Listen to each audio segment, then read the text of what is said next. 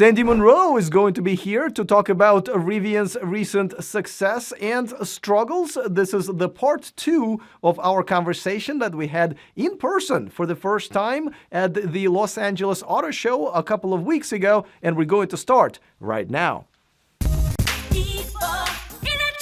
Welcome to E4 Electric. Don't forget to click on that subscribe button and the bell notification icon so you don't miss Sandy's future appearances on this channel, plus our weekly electric car news. If you didn't have a chance to watch the first part of this conversation, which we dedicated to Lucid, I put the link in the description of this video. Let's get to the second part, but before that, a quick reminder that this video is brought to you by Too Simple, the world's most advanced AI-powered autonomous driving solution for heavy-duty trucks. Its technology has already been applied to haul freight autonomously for UPS since 2019. Too Simple was the first autonomous driving company to go public in 2020. For more information, check out the link in the description of this video. Let's talk about Rivian, another startup that delivered their first cars, first trucks. You know, now that they're out there, what are your thoughts? I know you're going to tear one apart pretty soon, right? We're going to get one either at the end of this month or mid next month. Oh, really? Yeah. And you're going to tear it all down? Right down to nothing, yeah. And actually, we have more than one, because a couple of the guys have purchased them to as their own vehicles. So, like I said a couple of times, if you're looking for an F-150 kind of, actually less than that, maybe a Ranger size if you're looking at Ford. If you're looking at that type of that size of vehicle, this is going to be a great vehicle for you. However, I'm right now agnostic to all of it because I haven't had a chance to rip anything to pieces or do any testing on my own. I know what everybody else has done, but I haven't done it, so if I haven't done it, then I don't trust it.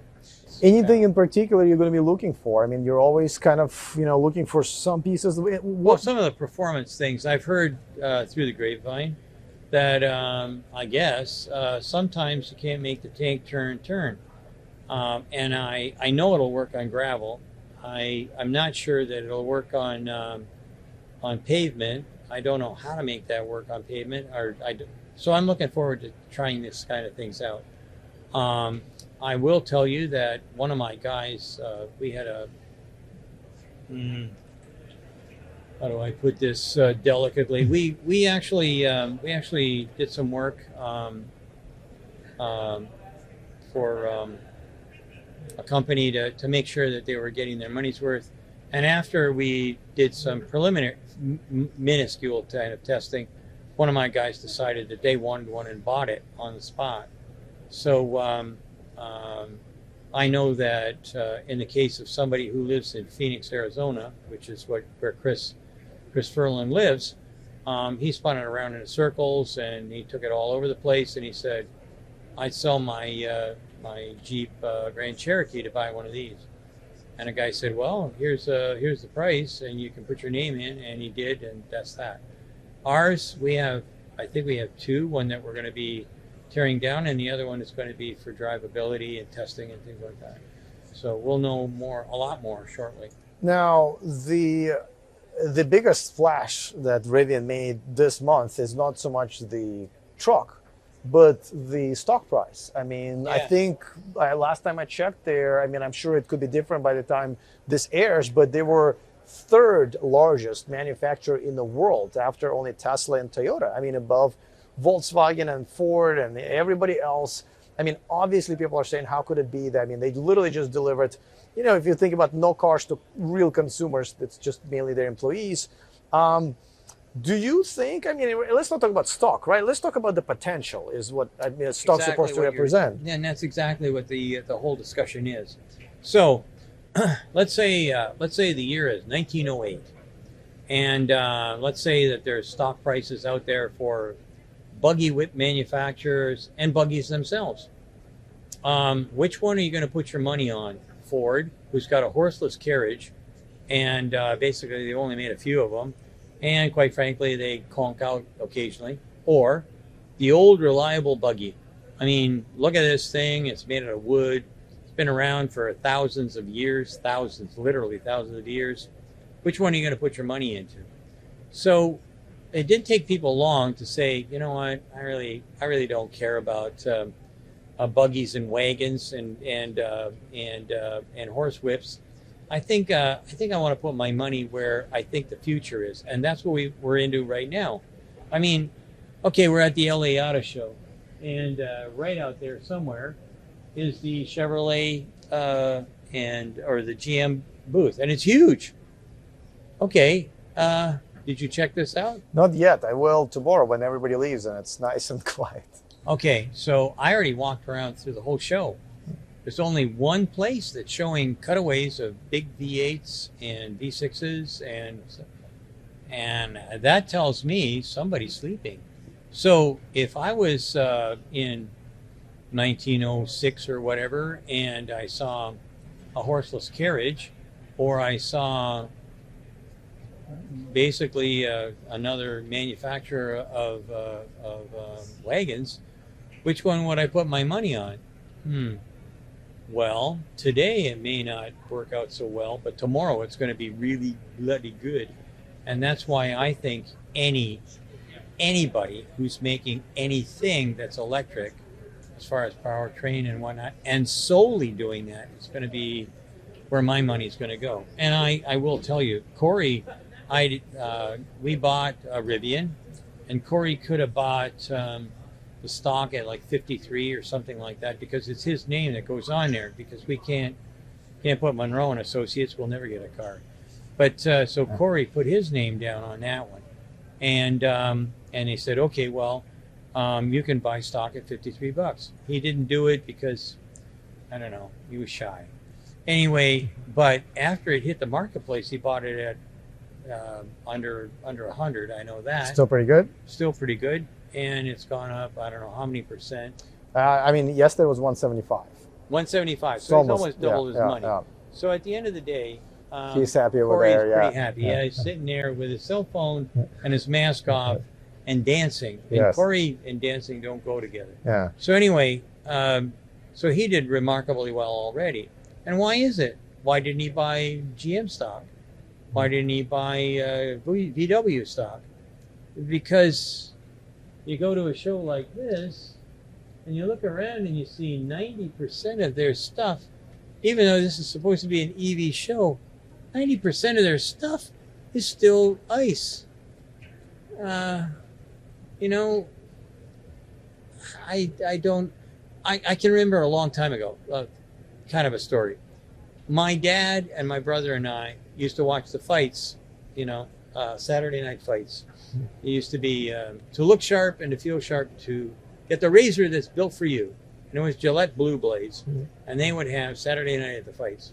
And there was this fight between this new kid, Cassius Clay, and an old guy that I can't remember the name of, big fat old guy, who was the world champion at the time. And my brother and I bet on Cassius Clay. My dad said, "You're out of your mind. Kid's too young. He's too light. I mean, he can't possibly win. This is a real professional fight." Anyway, Cassius Clay came out, later to be called other names, but Cassius Clay came out and pounded the daylights out of this old guy, and down he went, and he wouldn't come back out. My dad refused to pay on the bids, or the bet. We were kind of a competitive family, and he refused to pay because this was fixed. This was fixed. They just did that on purpose. It was fixed. Bull. It was not fixed. We bet on the future. He bet on the past. And there you go. And I think that's what's happening right now. So people have got to make a decision. And if you look at stock prices, Tesla, Rivian, anybody that's doing anything electric, to the moon. Why? Because people don't bet on the past. I mean, they never do, and they never will. So the GM is the old fat guy. I think I've said that before, but I think that what's the real problem is that people don't remember that GM came up with the first EV, the EV1. It had a whole bunch of different names, but at the end of the day, why didn't they go that direction? Because their focus, unfortunately, is firmly on what does Wall Street say. And these people are looking for, how do I make money tomorrow or today? And they're not looking at what's going to be the right thing to do in 20 years or 10 years even. And this is the same situation that happened when the Japanese came in and kicked everybody's ass. What happened? They came in with products that the people wanted. And guess what? It came in at the right time when gasoline prices were going to the moon. And what happened? They got caught flat-footed. So what happened? Well, the executives got great big giant bonuses to get out, and that's what's going to happen again. And the company lost. They went from 50 or almost 60% market share down to 15. Now, what do you make of this kind of weird phenomenon that a few people have been kind of experiencing, that Rivian is kind of keeping a lot of journalists away from their trucks right now? The journalists that actually can really, find some problems. Is that common? Is that okay? Or should we?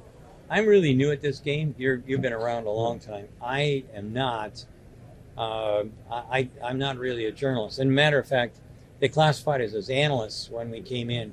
I said, that's the biggest insult you could give me. Why don't you?